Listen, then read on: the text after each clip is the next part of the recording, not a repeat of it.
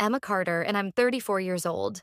For over a decade, my affluent parents treated me like their personal assistant, while my younger sister, Chloe, was practically royalty in their eyes. Every family event, every holiday gathering, I was stuck scrubbing pots while Chloe dazzled the guests. But last Christmas, when my mom ordered me to whip up a feast for 25 of Chloe's elite friends with barely a day's notice, something inside me broke. What unfolded that night didn't just shift our family's dynamic. It unveiled a truth that left everyone, including a Fortune 500 executive, utterly stunned. Before I dive into how I went from being the family's overlooked helper to having my parents plead for my forgiveness, please hit that like button and subscribe if you love stories about standing up for yourself. I'd also love to hear where you're watching from and what time it is there. Drop it in the comments below. I read every single one. Now, let me take you back to that chilly December night when everything changed. I was in my Chicago loft, neatly packing my suitcase when my phone buzzed. The screen flashed, "Mom," and I braced myself for what I knew wouldn't be a warm chat. Our family's Wisconsin estate was decked out in holiday splendor. Lights, garlands, the works. I knew because I'd been the one decorating it since I was a teenager. "Emma, drop whatever trivial plans you've got for tomorrow," my mother, Diane, barked without so much as a greeting. Her tone was sharp, like she was issuing a royal decree. I kept folding my tailored jacket. "What's tomorrow?" I asked. "Chloe's hosting her business circle for a Christmas Eve dinner. Big names, Emma. 25 guests, including top brass from Apex Enterprises." She paused, and I could almost feel her smugness through the line. "Be here by noon to start cooking. 7 entrees, 10 side dishes. The menu's set." My grip tightened on my phone. Chloe's business circle. Naturally, my younger sister, a marketing whiz, never missed a chance to flaunt her connections. "Mom, I've got plans." "Your sister's building bridges that keep this family thriving," Diane snapped. "You should be thankful for the chance to contribute. It's not like you're busy with anything important." I glanced at my laptop where an email from Rachel Kim, CEO of Apex Ventures, sat open. If only Diane knew. "Use the fine porcelain," she went on. "These aren't your average guests, Emma. These are people who count." Unlike me, apparently. "I'll send the menu," she said. "Don't mess this up." The call ended abruptly. I stared at my plane ticket to Miami. Flight time, 8 p.m. tomorrow. My hands were steady now. After years of this, I'd learned to separate their demands from my priorities. Sitting on my couch, memories hit like a bitter wind. 15 years of being unseen unless they needed something. Every Thanksgiving since I was a teen. Emma's got the kitchen covered while Chloe charms the guests. Every Christmas, Emma's just between gigs, but she's handy with a spatula. Every family event where Chloe was hailed as the star marketer while I was just Emma helping out. The worst was Chloe's engagement party last year, 150 guests at the golf club. I'd slaved for 12 hours on hors d'oeuvres while Chloe glowed in a $4,000 gown our parents funded. When a guest asked about my job, Diane had chuckled. "Emma's not like Chloe, but she's great in the kitchen." I stood and opened my closet, pulling out another suitcase. Inside, tucked in a velvet folder, was the contract that would change everything. My company, Horizon Catering, gleamed in silver lettering. I'd built it quietly for 6 years. 60 employees, 4 cities, clients ranging from high-end hotels to Fortune 500 firms.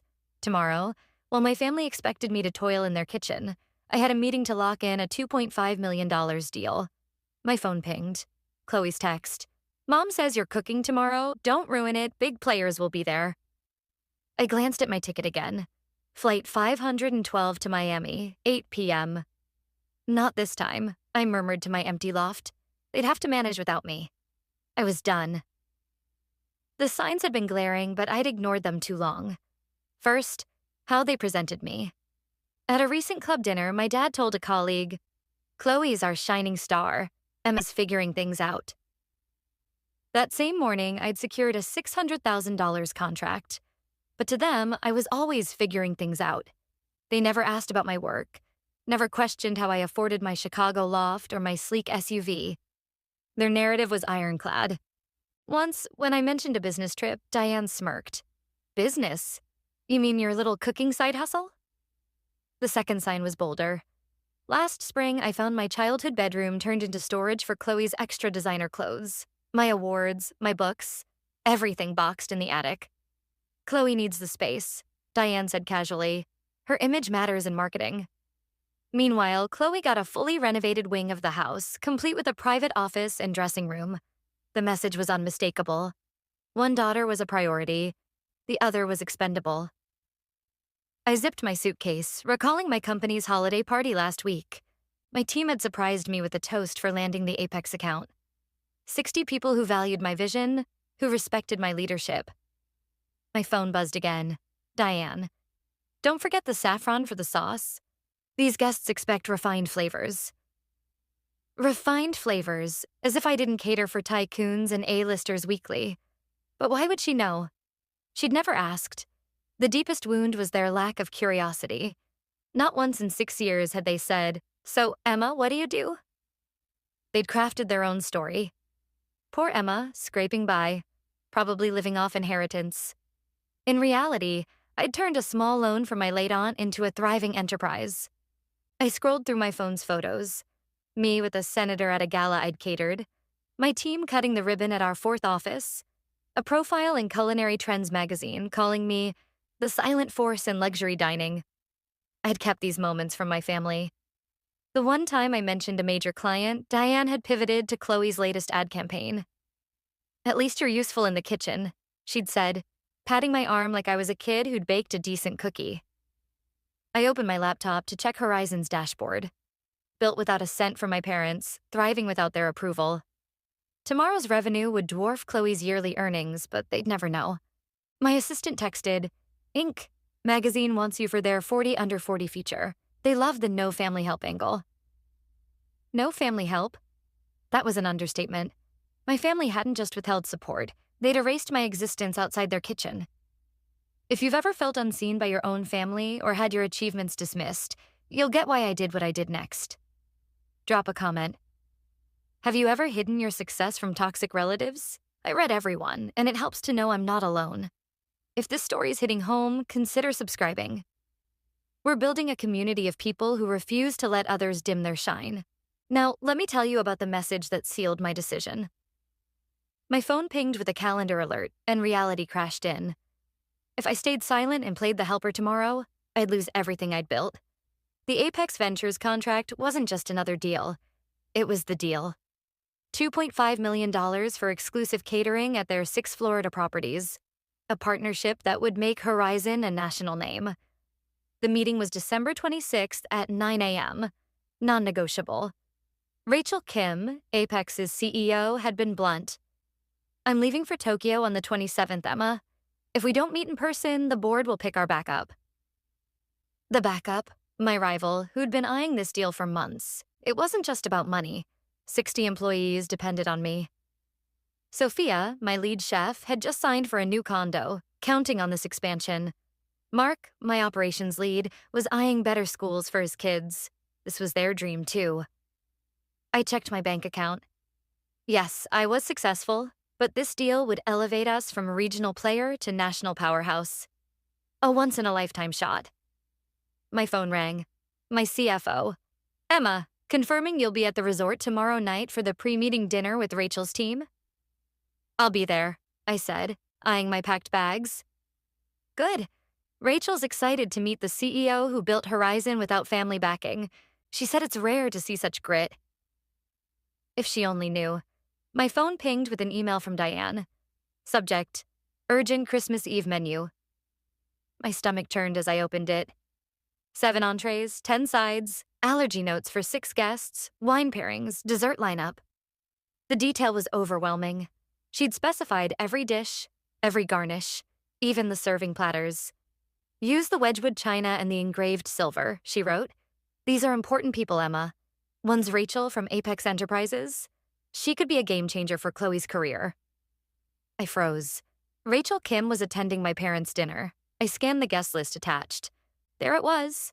Rachel Kim, CEO, Apex Ventures. My pulse raced.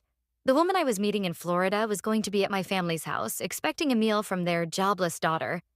A text from Chloe. "Mom says Rachel Kim's coming. She's massive in hospitality. I'm pitching her my marketing services. Don't mess this up with your subpar cooking." Subpar. I'd catered Rachel's corporate summit for 600 last month, though my team handled it remotely. She'd never met me. That was set for tomorrow.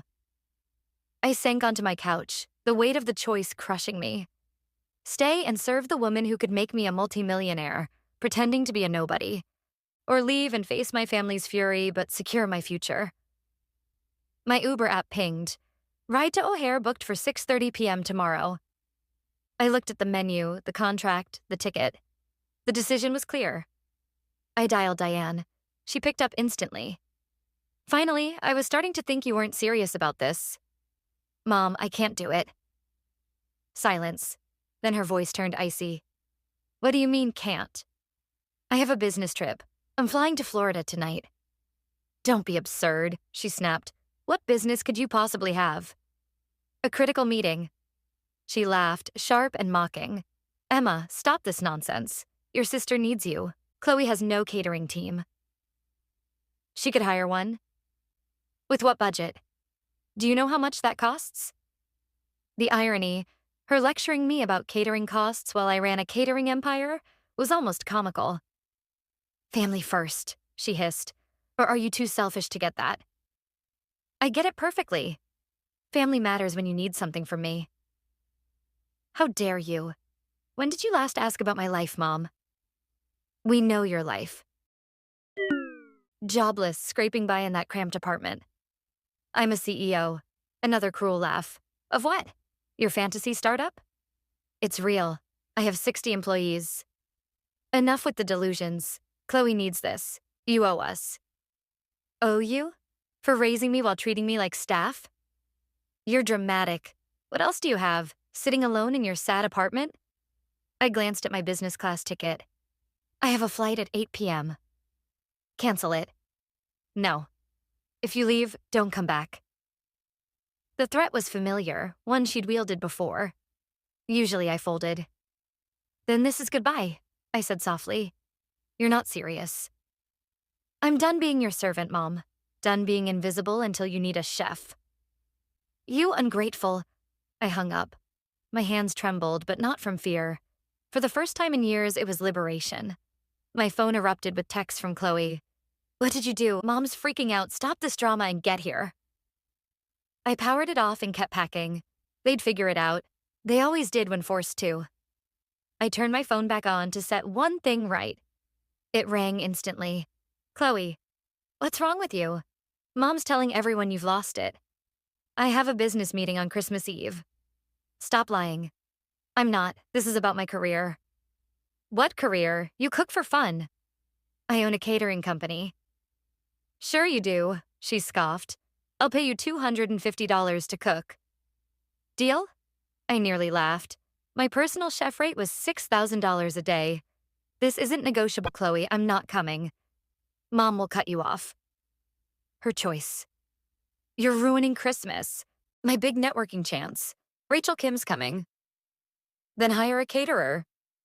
On Christmas Eve? Are you crazy? No one's free. On my counter, I jotted down 3 emergency catering services with 24-hour lines. More than they deserved, but I wasn't heartless.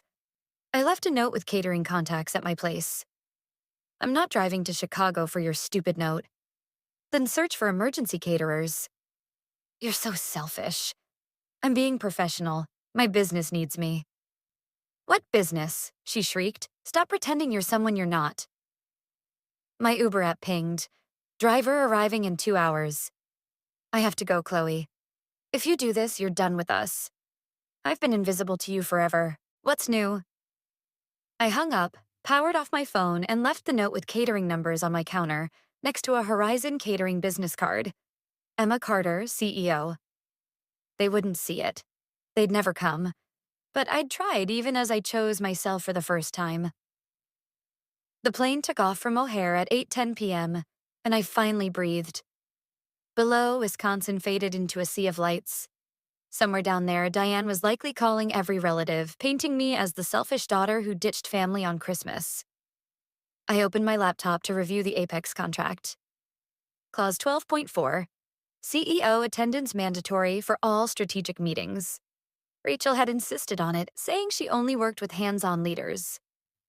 My inbox had 15 emails from Rachel's team confirming tomorrow's schedule, pre-meeting dinner at 7 p.m., presentation at 9 a.m. on the 26th, contract signing after board approval. Rachel's latest email read, "Excited to meet you, Emma. Horizon's growth is impressive. Your reputation speaks for itself." My reputation? If she knew I was supposed to be serving her dinner at my parents' house right now. A text came through the plane's Wi-Fi from my assistant. Inc. wants to confirm the 40 under 40 feature for December 27th. They're pushing the no family support angle. I replied, "It runs at midnight on the 26th, right?" "Yes, live at 12:01 a.m. Perfect. By the time my family learned the truth, the contract would be signed and my story would be public. I opened Inc.'s draft article. Headline, "From Unseen to Unstoppable, How Emma Carter Built a Catering Empire Alone." The universe had a knack for timing. The Apex Resort Suite was stunning. Ocean views, a chilled bottle of champagne, and a note. "Welcome, Miss Carter. Excited for our partnership, Rachel Kim." I set down my bags and checked my phone. 50 missed calls from Diane, 20 from Chloe, even 4 from my usually quiet dad. I deleted the voicemails unplayed. An email from my PR manager made me grin. "Inc. bumped you to the cover story. It's newsstands December 27th. My photo, confident, professional, nothing like the invisible daughter, would grace Inc.'s cover. The article detailed my journey, starting with $6,000 from odd jobs, building Horizon without investors, succeeding without my family's name. Another email from Rachel. "Emma, running late for tomorrow's dinner, coming from a social event in Wisconsin. Hope that's okay." Wisconsin. She was at my parents' house, probably wondering where the grand meal was. My assistant texted, "Inc. reporter asks if you'll address your family's reaction to your success." I replied, "Tell them my family will find out with the world when the article drops." Savage boss, love it. I stood at the window, waves crashing below. In 12 hours, I'd signed the biggest deal of my career. In 36 hours, my face would be on Inc.'s cover nationwide. Sometimes the best comeback isn't vengeance. It's success they never expected. While I slept soundly in Miami, chaos erupted in Wisconsin. Texts I read the next morning told the tale. By 6 p.m. Christmas Eve, Diane realized I wasn't coming. The kitchen was spotless, the fridge barely stocked, and 25 guests were due in an hour. Chloe's frantic texts. "Mom's panicking. She's calling every restaurant in a 60-mile radius. All closed. How could you do this?" My dad texted at 6:50 p.m. "Your mom's falling apart. Please rethink this." By 7 p.m., guests arrived. Bankers, marketing execs, and Rachel Kim. They expected a lavish home-cooked feast, as Diane had boasted for weeks. Chloe's text at 7:30 p.m. "We're ordering pizza. Pizza, Emma. Do you get what you've caused?" At 7:55 p.m. "Mom's telling everyone you're flaky, always have been. This is all your fault." The pizza arrived at 8:20 p.m. 4 boxes from Pizza Hut, 3 from Domino's. Unable to handle the rush order alone, Diane, who'd bragged about her daughter's gourmet skills, served fast food on her Wedgwood china. Chloe's texts grew desperate. "Rachel Kim looks horrified. Guests are leaving. Mom's calling you a mess." Her final text at 9:40 p.m. "Party's done. Everyone bailed. Rachel didn't even stay for coffee. Mom says you're dead to her." I set my phone down and ordered a room service breakfast. In 3 hours, I'd dine with Rachel Kim. Would she mention the Wisconsin fiasco? Would she connect my last name? Most of all, what would Diane's face look like when she learned the truth? The pre-meeting dinner at Apex Resort was set for 7 p.m. I arrived early, in my sharpest suit, ready to seal the deal. I didn't expect Rachel Kim to walk in with a story. "Emma," she said warmly, though weary. "Sorry I'm late. I just flew in from the strangest Christmas Eve party in Wisconsin." My pulse stayed even. I'd rehearsed this. "Oh, what happened?" "You won't believe it," she said, shaking her head. "I was invited to this supposedly elegant dinner. The host, Diane Carter, same last name, funny enough, promised a gourmet meal by her daughter. We got there and it was pandemonium. No food, empty kitchen, the host scrambling to order pizza." Pizza for execs influencers? Exactly. She'd hyped this big dinner for weeks. It was humiliating. She pulled out her phone, showing a photo from the party. Diane, red-faced, pizza boxes on her cherished oak table. The younger daughter, Chloe, tried to save face, but it was a mess.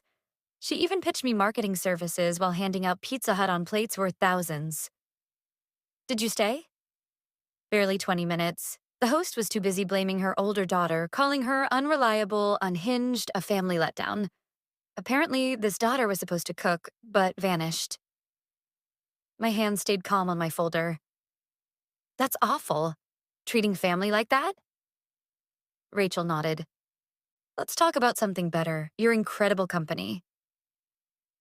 Here's where it all unravels, and if you've been waiting for truth to hit like a freight train, you're in for a treat.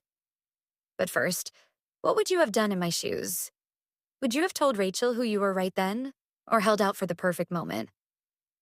Share in the comments. I love your takes. If this story's speaking to you, hit subscribe to join others who refuse to stay small. Now, for the moment, everything changed. The next morning, December 26th, I stood in Apex's conference room, ready to pitch to Rachel and her team.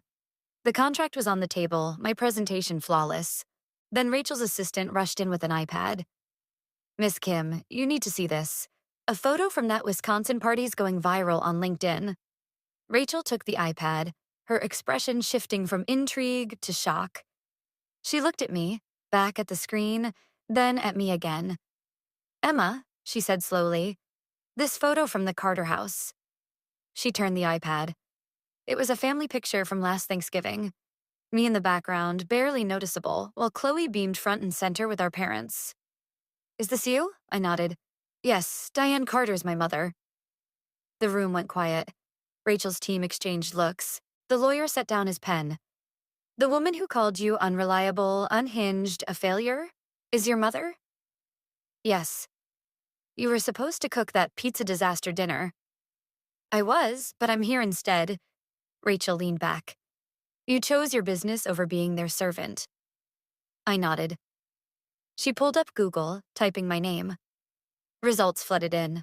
My culinary trends profile, my Beard Award nomination, a Forbes piece on rising entrepreneurs. Your family doesn't know any of this. None? They think I'm jobless, living in a tiny apartment. Rachel's colleague David spoke up. So, the woman serving pizza on Wedgwood last night has no idea her daughter could have catered that event like a Michelin star chef? She's never asked what I do. Rachel burst into laughter. Not polite, but real. She spent all night trashing her useless daughter, and that daughter's the CEO I've been chasing for 2 years. She turned to her team. We're about to sign the most fascinating deal of our careers. Her assistant rushed in again. Miss Kim Inc. just announced their 40 under 40 cover for tomorrow. He projected it onto the screen. There I was, polished and proud with the headline, From Unseen to Unstoppable, How Emma Carter Built a Catering Empire Alone. Rachel read aloud. Carter, 34, turned a $6,000 investment into a multi-million-dollar business, intentionally avoiding family support. I wanted to show success doesn't need a famous name, Carter says. She looked at me. This drops at midnight. Your family still doesn't know. They'll find out with everyone else. David whistled. Your mom's about to see her jobless daughter on Inc.'s cover. Rachel stepped out to make a call, visible through the glass, speaking animatedly. She returned, grinning oddly. I just called Diane Carter, told her I was disappointed in last night's event and was taking my business elsewhere. She begged me to reconsider, blamed it all on her older daughter. My stomach sank. You didn't? I did. Then I told her I just signed a $2.5 million deal with the best entrepreneur I know. Her daughter, Emma Carter, CEO of Horizon Catering. The room was still. The sound she made, Rachel said, like she'd been punched. Then she hung up. My phone, on silent, showed 50 missed calls from Diane in the last 5 minutes. Rachel extended her hand. Miss Carter, let's sign this contract. We've got a partnership to toast. As I signed the $2.5 million deal, my phone buzzed with a text from my dad. Your mom just collapsed. What's Horizon Catering? Champagne was poured. My phone kept buzzing, and I stepped out to check messages. Diane. Answer now. Chloe, is this a prank? You're a CEO? Dad, your mom's a wreck. Please call. Chloe again. Victoria Kim just told everyone you're a CEO. This is cruel, Emma, faking success to shame us. Back in the room, Rachel's team was still celebrating. My family thinks I'm lying about being a CEO, I said. Rachel's eyes sparkled. Want me to send them proof? Before I could answer, she snapped a photo of me with the contract, Apex execs, and champagne.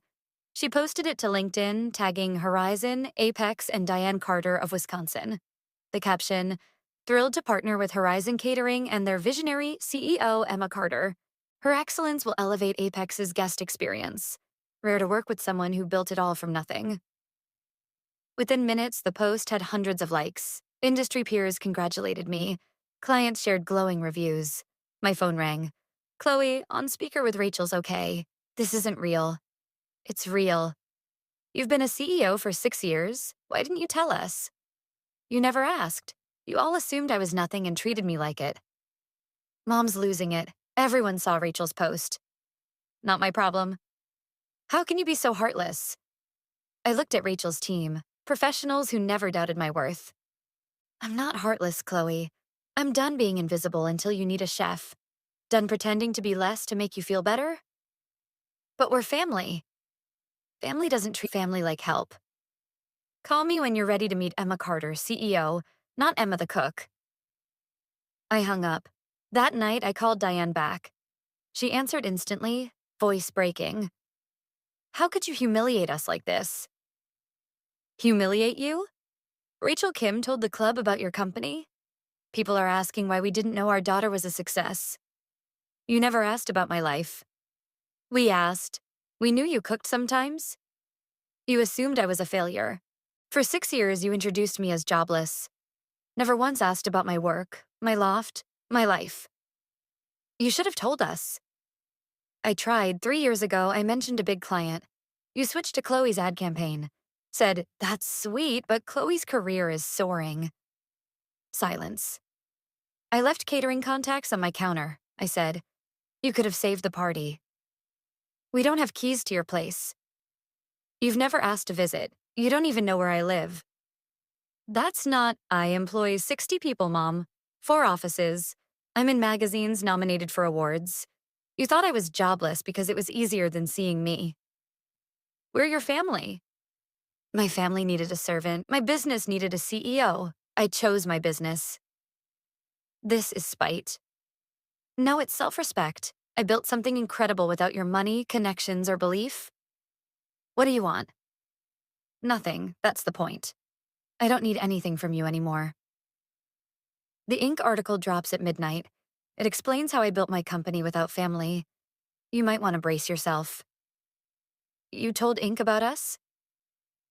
I told my truth. If that stings, ask why. My dad's voice in the background. "Diane, maybe we should hear her out."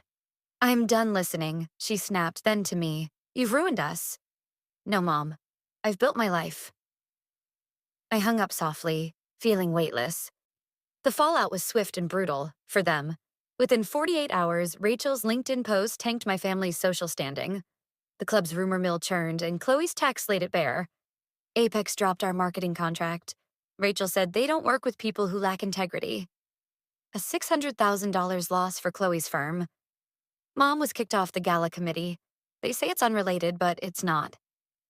Dad's colleagues are asking how he missed his daughter being a millionaire. The Inc. article went viral in our Wisconsin circle. The headline, "Built Alone," was bad enough, but my quote in paragraph 3 sealed it. My family thought I was a failure. It was easier to build in secret than battle their assumptions. My dad called a rarity. "Emma, I owe you this. I saw your business registration years ago in misdelivered mail, but your mom was so set on her version of you. I should have spoken up. I'm ashamed." "Why didn't you?" "It was easier to go along. Your success is extraordinary, and we missed it because we weren't looking." Mom's lost 4 board seats. Chloe's firm is bleeding clients. Everyone's asking how we treated our successful daughter like a maid while hyping Chloe's average marketing work. I didn't want to hurt anyone. You didn't, Emma. We did this to ourselves. That pizza fiasco is already club lore. Diane Carter, the great hostess, serving Domino's on Wedgwood, while her CEO daughter signed million-dollar deals. While their world crumbled, mine soared. The Inc. article included a photo of me at the Apex signing, wine in hand, surrounded by execs who valued me. The contrast to our family's Thanksgiving photo, me fading into the background, was stark. Within a week, Horizon got 250 client inquiries. Big names who'd hesitated now wanted in. My inbox overflowed with speaking offers and partnerships. Rachel Kim became my advocate, sharing the Christmas Eve story with relish. Imagine having a star in your family and treating her like a dishwasher. 3 contracts worth $12 million came from her introductions. I hired 25 new staff, promoting Sophia to head chef and Mark to COO. At our expansion meeting, Sophia said, "What I love about Horizon, you built it for people like us. Overlooked, underestimated, but talented." She was right. I'd hired people who'd been dismissed, just like me. A reporter texted, "Your story's blowing up. Food Network's pitching a doc. Unseen to Unstoppable, the Emma Carter story." The best moment? An invite to speak at NYU's hospitality program, my dream school, which my parents had called too big for me. The topic? Succeeding without permission, forging your path in catering. As I prepped my speech, Diane texted, "We need to talk." I archived it and kept planning. Success was my answer to disrespect, but boundaries were my gift to myself. 3 months later, I met my family at a neutral Manhattan bistro, my turf. They looked diminished. Diane's arrogance was gone. Chloe's smugness faded. My dad aged. I set down a paper. My terms. They read, 1. Equal respect or no contact. 2. No more servant treatment. 3. Public acknowledgement of my success. 4. Sincere apologies, not lip service. 5. Therapy. Family and individual. Non-negotiable. I'll be your daughter, not your help. Your sister, not your staff. Diane's eyes welled. "Emma, we've lost everything. My status, Chloe's clients." "That's not on me." My dad cut in. "We're not blaming you. We want a second chance." Chloe spoke. "I was jealous. You were always better, but Mom propped me up by tearing you down. I see how toxic that was." She added, "I'm in therapy. My counselor says we made you the family scapegoat to feel better about ourselves." Diane reached out but stopped short. "I'm sorry. Not just for Christmas, but for 15 years of not seeing you. I made you a servant because I couldn't handle you outshining the life I'd mapped out." I met their eyes. "I'll think about it, but we don't go back to the old dynamic. If we rebuild, it's as equals." They nodded. "And Mom, if you want Horizon to cater, you pay full price." She gave a small smile. "Fair." 6 months later, I hosted my first family dinner in my Chicago loft, the Central Park View condo they didn't know existed. Horizon's team catered. I was done cooking for family. As my parents and Chloe sat at my table, served by staff who called me boss, the shift was clear. This wasn't revenge. It was truth. Raising my glass, I said, "Success doesn't need approval. Worth doesn't need validation. Respect is non-negotiable." Diane, 4 months into therapy, had publicly admitted at the club she'd misjudged my success. It didn't fix her status, but it started mending us. Chloe's firm pivoted, and she'd pitched Horizon for marketing. Professionally. Her proposal was solid. We were reviewing it. My dad, now my quiet champion, introduced me as my daughter, the CEO, with real pride. But the biggest change was me. I stopped hiding my light. Horizon grew to 120 employees across 6 cities. The Food Network doc was a hit. Every morning I looked in the mirror. I'm Emma Carter, CEO of Horizon Catering. Never the family help again. Your worth isn't tied to others' blindness. If my story hit home, share a time you chose yourself over family expectations in the comments. Your story could inspire someone. If you believe respect is non-negotiable, share this video. Subscribe for more stories of refusing to stay small. You don't have to burn yourself out to keep others warm. Until next time, this is Emma, reminding you to know your value and charge extra for it.